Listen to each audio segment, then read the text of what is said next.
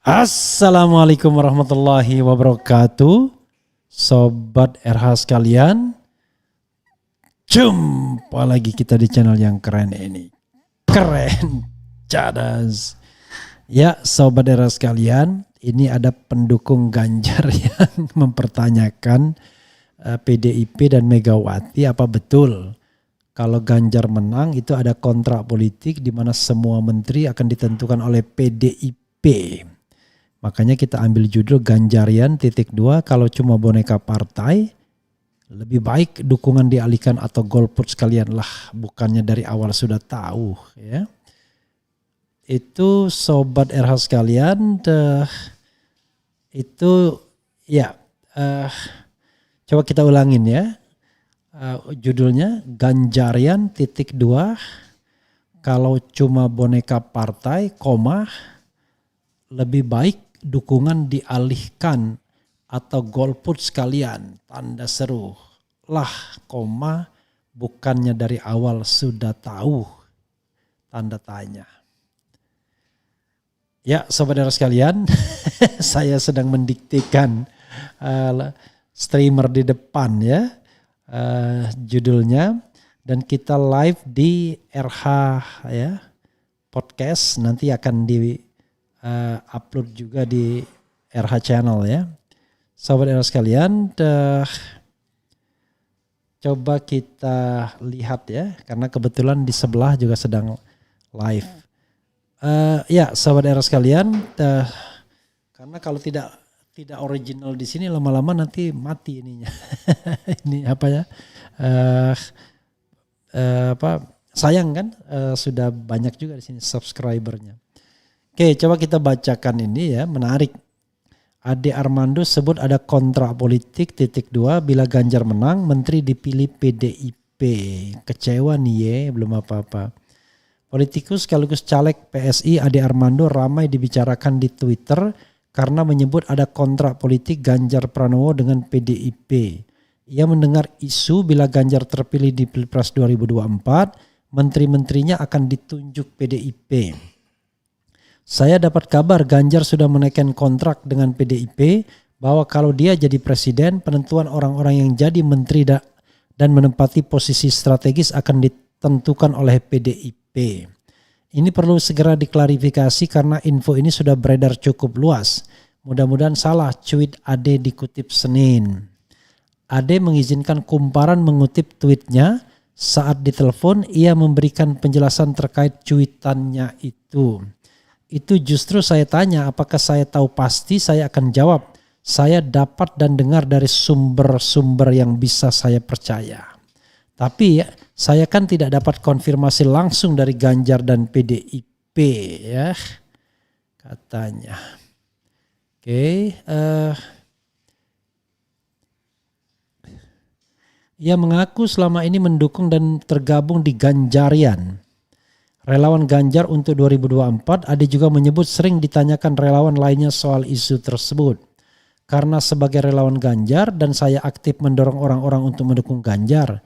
Nah, saya mulai didatangi orang-orang yang mempertanyakan berita-berita kontrak itu yang enggak bisa saya jawab jelasnya.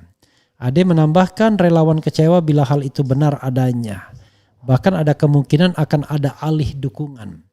Sebagian relawan itu bilang bahwa kalau ternyata setelah kami dukung Ganjar hanya menjadi boneka PDIP, ya kami keberatan dong. Sebagian bilang mendingan kita dukung Prabowo aja, atau ada yang bilang mending golput aja, ungkap dia. Daripada kita memberi panggung buat PDIP, sambungnya. Lantas dari mana Ade mendapat isu tersebut? Itu informasinya enggak dari satu ya, tapi 2 orang dan di kalangan relawan itu sudah menyebar. Di relawan keseluruhan, saya kan Ganjarian ya, banyak yang menghubungi saya untuk mempertanyakan dan bilang dengar benar itu jelasnya. Nah, saya karena tidak tahu jawaban pasti, saya harus tanya di ruang publik saya itu. Mudah-mudahan bisa diklarifikasi, mudah-mudahan tidak benar kontrak politik itu, tutup dia. Kumparan sudah menghubungi Ganjar dan sejumlah elit PDIP untuk konfirmasi terkait hal ini, namun belum ada jawaban dan tidak mungkin dijawab ya. Tapi ini ada juga PDIP bantah Adet Armando soal kontrak politik Ganjar, tak ada yang transaksional ya. Ya politik ya, namanya politik kan tentu kita tidak ngomong apa adanya dalam politik itu ya. Tentu kita omong berdasarkan kepentingan dan tidak semua hal perlu publish di dalam politik, apalagi itu menyangkut semacam kontrak politik yang tentunya kalau memang adanya seperti ini ya tentu sangat peka untuk dibuat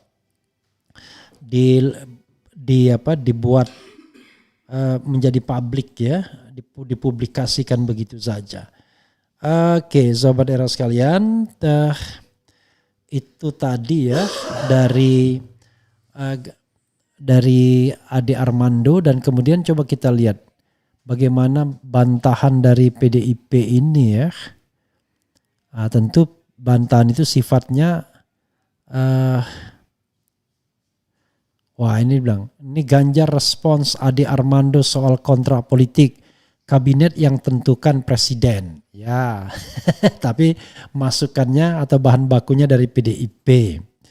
Oke, P3 tepis Ade Armando soal Ganjar jika menang menteri ditentukan PDIP.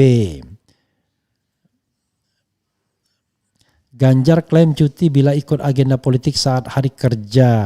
Luar biasa ya. Berarti cuti terus dia. Kemudian ya, jadi saudara sekalian, ini ada tanggapan-tanggapannya, tapi intinya adalah kalau kita bicara soal petugas partai dan lain sebagainya, ya kita pahamlah no freelance, tidak ada makan siang yang gratis. Jadi ini semacam bayaran yang harus dibayar oleh pendukung Ganjar ya, bahwa kalau jagoannya menang, ya tetap saja yang akan berpengaruh itu adalah yang akan jadi jagoannya adalah tetap saja Megawati dan PDIP-nya. Ganjar ibarat Jokowi cuma anak kos-kosan saja. Walaupun Ganjar lebih lama ya sebagai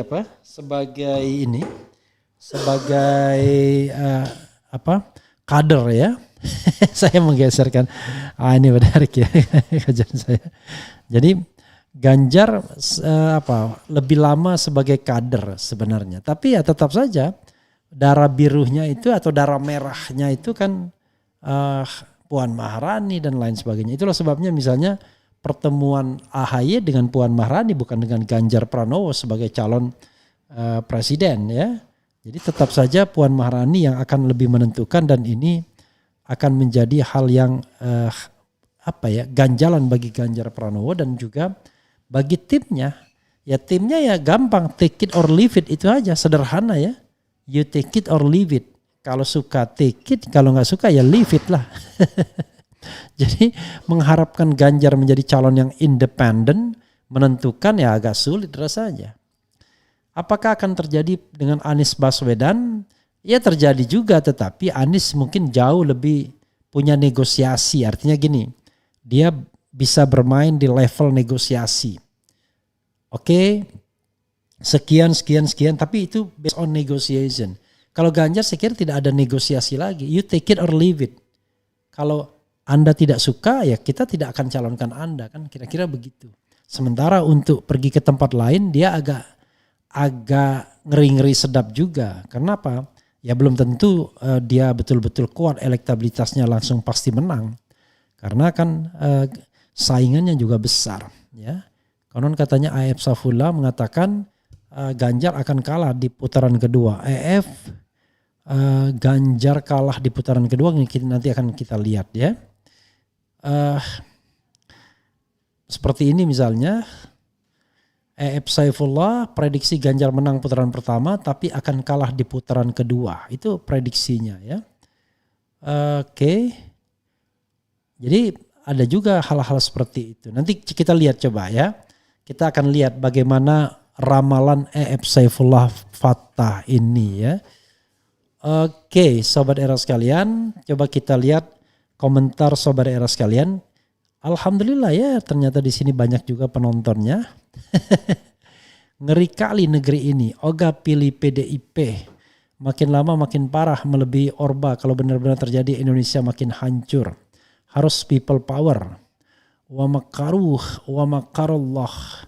Wallahu khairul makirin, ya, buat Wirid. Kemudian beda channel, ya kebetulan saja ya, saya pengen menggunakan channel ini biar tidak mati, nanti bisa di sebaliknya. Channel pertama rame, diam-diam live di sini. Nggak diam-diam, karena di channel satunya nggak bisa kita going together ya, langsung dua-duanya. Lupakan capres-capres, percuma jika panitia pilpres tidak adil, bahkan penguasa akan halalkan segala cara. Saatnya people power, bukan cuma adu uang tapi plus jerat, jebak ancaman kriminalisasi. Tenggelamkan PDIP sebelum Indonesia dikuasai keserakahan emak banteng. Semoga orang-orang yang niat jahat di NKRI ini disegerakan kehancurannya, amin. Kemudian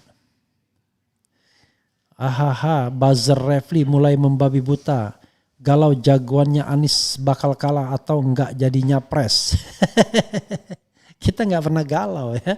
Jadi saudara sekalian, kalau kita memperjuangkan nilai itu enggak akan pernah galau. Karena siapapun aktornya, nilai itu akan remains. Kita berharap Ganjar betul-betul menjadi orang yang adil, jujur misalnya. Sesuai dengan ekspektasi Ade Armando. Bagus kan, alhamdulillah.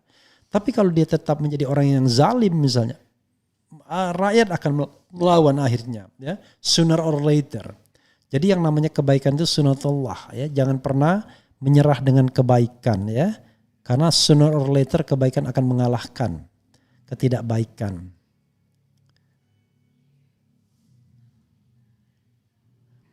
Kemudian bersatulah para tokoh bangsa yang istiqomah berintegritas, musyawarah mufakat, tuntut presiden mengundurkan diri, people power. Sosok Anies lah yang selalu di hati. Oke, menurut Bang Refli kan kenapa PDIP sudah menentukan kabinet jika benar di awal bahkan sebelum pendaftaran capres? Saya kira bukan menentukan kabinet, tapi intinya adalah PDIP dong yang ingin berkuasa secara real. Saya kira wajar saja kalau orang punya bargaining power di dalam perpolitikan nasional, ya dia diktekan di awal dong.